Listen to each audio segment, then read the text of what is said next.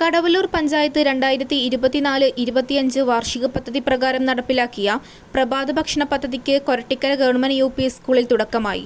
Kadavallur panchayat president പി.ഐ. Rajendran പദ്ധതിയുടെ ഉദ്ഘാടനം നിർവഹിച്ചു. പഞ്ചായത്ത് അംഗം പ്രഭാത് മുല്ലപ്പള്ളി അധ്യക്ഷത വഹിച്ചു. ജില്ലാ പഞ്ചായത്ത് മെമ്പർ പത്മം വേണുഗോപാൽ മുഖ്യാതിഥിയായി. Panchayat member M N. Nirmala, CDS chairperson Sreeja Velayudhan എന്നിവർ സംസാരിച്ചു. സ്കൂൾ പ്രധാനാധ്യാപിക ജിഷ സ്വാഗതവും സീനിയർ അധ്യാപിക പാർവതി നന്ദിയും പറഞ്ഞു. പൊതുവിദ്യാഭ്യാസ യജ്ഞത്തിന്റെ ഭാഗമായി പോഷകാഹാരം നൽകി വിദ്യാർത്ഥി സമൂഹത്തെ വളർത്തിയെടുക്കുക എന്ന ലക്ഷ്യത്തോടെയാണ് പദ്ധതി ആരംഭിച്ചത്.